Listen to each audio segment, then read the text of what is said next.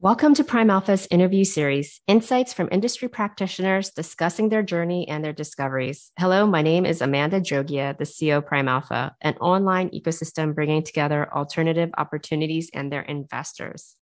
I would like to introduce Chad Martinson. After nearly a decade in the technology industry, Chad began his managed futures career in 2002 when he joined Efficient Capital Management. As the co-CIO and managing director of investments, he is responsible for the firm's investment process and the management of more than $2 billion in nominal assets across Efficient's suite of managed futures products. In addition, he has served as the portfolio manager for Efficient's flagship fund since 2007. Welcome, Chad. Nice to have you here. Thanks for having me. You have such a really interesting background because you didn't start in managed futures, you started in technology. So I would love to hear about what led you here in your career journey. Yeah, I have a pretty unique background leading me up to my career in alternative investments.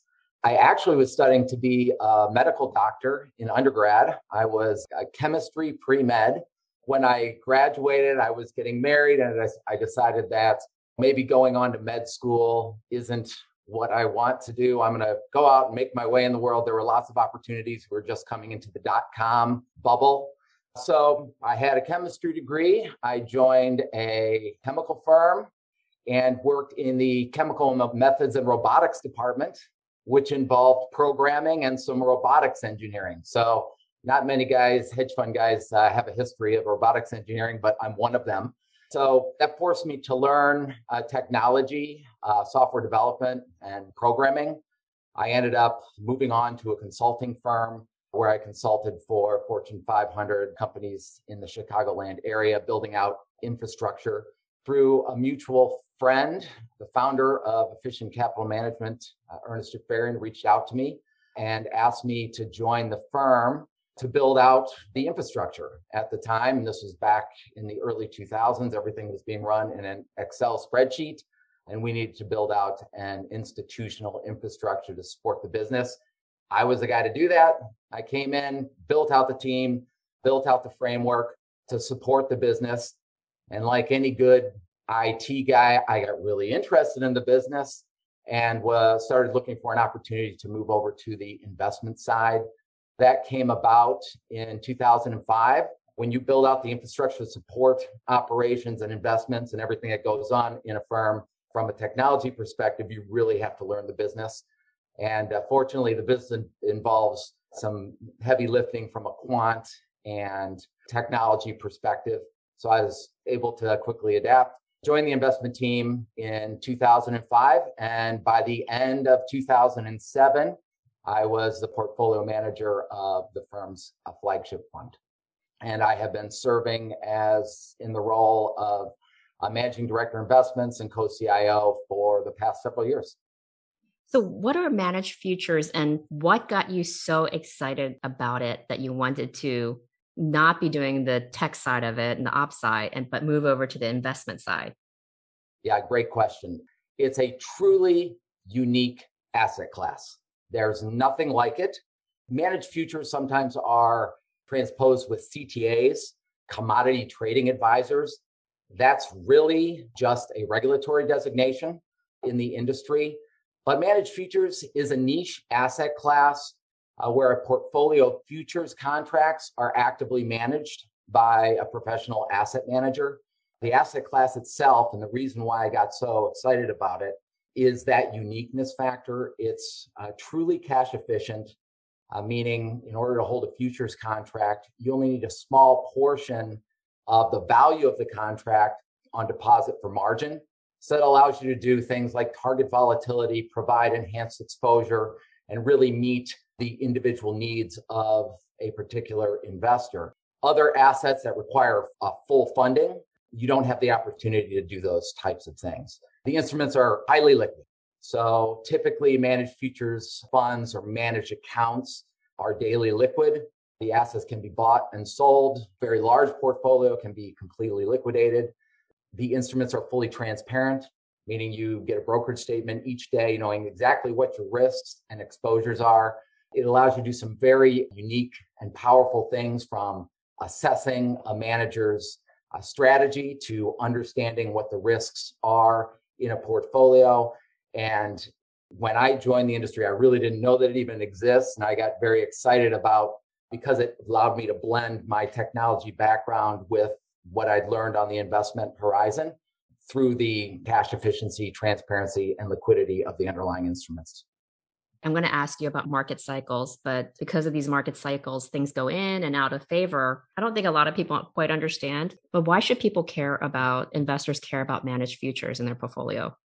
So managed futures, because of the nature of the instruments, you can go long or you can go short just as easily as you can go long. There's no cost of borrowing.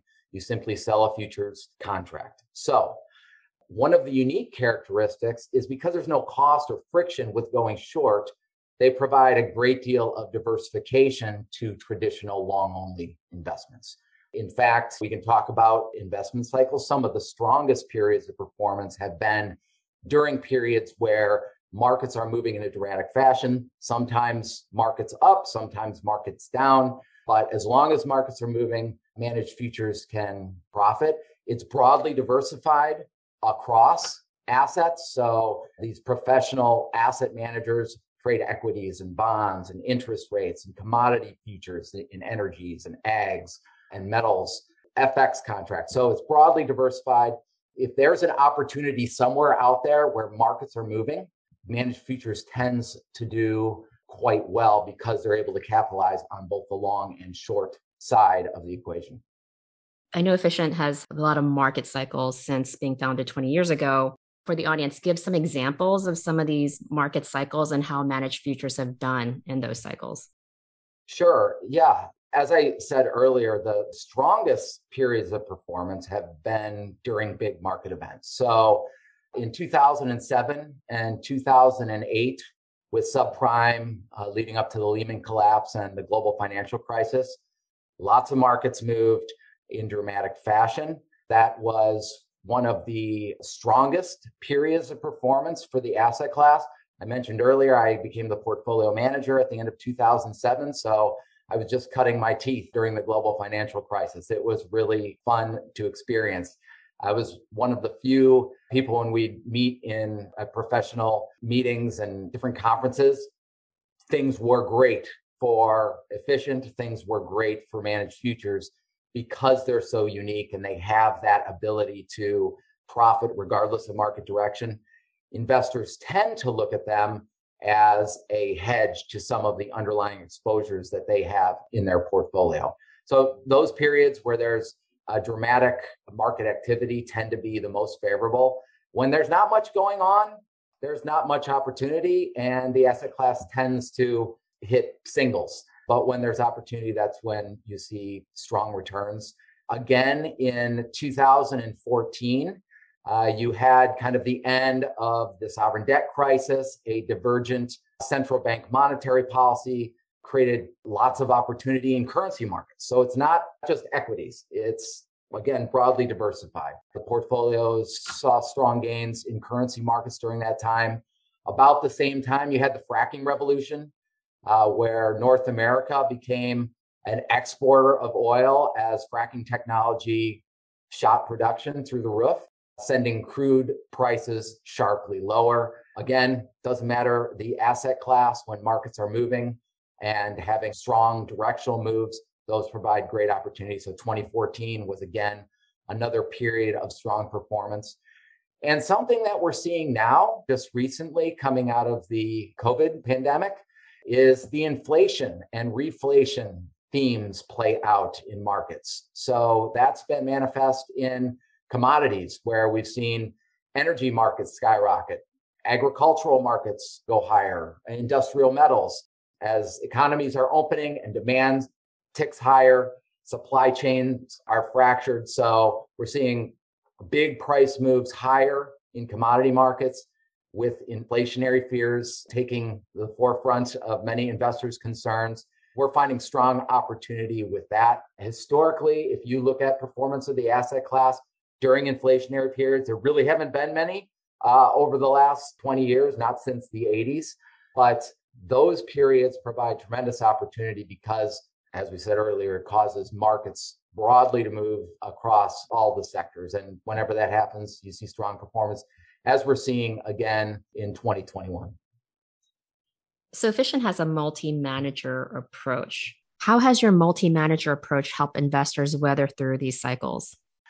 Yeah, the multi-manager approach is key. And it is one of the things that I have grown very near and dear to my heart. There is a tremendous amount of performance dispersion among managers that are highly correlated to one another. In fact, you can have two professional asset managers that are harnessing the momentum factor, trading a trend following model that are 90% correlated to one another. And in any given year or any different cycle, you could have these two managers both nearly 100% correlated to one another, one be up 20% in a year and the other be down 20% in that same year. Just from slight differences in the time frame that they're trading or different weighting to different market sectors, you have tremendous performance dispersion. So if you're coming to the space and saying, hey, I just want to buy one, maybe two managers that trade a managed futures trend following strategy, you will inevitably be very disappointed with your result. You could be very happy with your result too if you happen to catch that outside performance on the upside. But when you catch the underperforming manager, you'll be very disappointed. And when investors are disappointed, they tend to exit the asset class. So they don't have exposure when they need it most. When there's a opportunity from a large move in a certain market, particularly on the downside in equities, and they're not there to have the benefit of the portfolio diversification that managed futures provides. So having a multi-manager portfolio, building a portfolio of diversified trading strategies with a different opportunity set smooths the results, gives you a more stable risk profile, allowing you to stay invested in the asset class when you need it most. So interesting. What types of investors should think about managed futures and why? So managed futures investors are those investors that understand diversification in their portfolio and want exposure to an asset not going to perform like the rest of their portfolio. The most recent example was during February and March at the beginning of COVID, when equity markets fell precipitously. Managed futures tended to make a little bit of money. Now, that move was quite abbreviated. In fact, it lasted for 4 weeks. And generally, managed futures performs really, really well when you have longer duration types of market moves. It was slightly positive during a period when equities were sharply lower. So an investor that understands diversification, that wants to have an asset class that can perform well when equities are struggling, when bond markets are struggling, even when other hedge fund strategies are struggling. Managed futures is that unique asset that provides that portfolio diversification. That's so interesting. I know investors who hedge their own portfolio. Like if they have a book of hedge funds, this would be it. If you have a book of, different. So I could totally see how you can create your own, especially for the more sophisticated investors that need to hedge their own books. Certainly. And there are lots of different investment strategies to diversify your book. A lot of institutional investor will hold a book of long puts on equity markets, which are strong diversifiers. However, very expensive. Managed futures has a positive expected return with those hedging characteristics, which is truly unique. Yeah. And a lot of family offices are also trading their own portfolios. So this would be a great also hedge for them as well. Chad, thank you for taking the time to talk to us today. We really appreciate you taking the time to walk us through your journey and hearing about the managed futures market cycles. Thank you for the opportunity. Thank you for listening to PrimeAlpha's Visionaries and Innovators podcasts. As always, you can head over to primealpha.com to sign up to our email list, as well as check out our other podcasts. See you next time.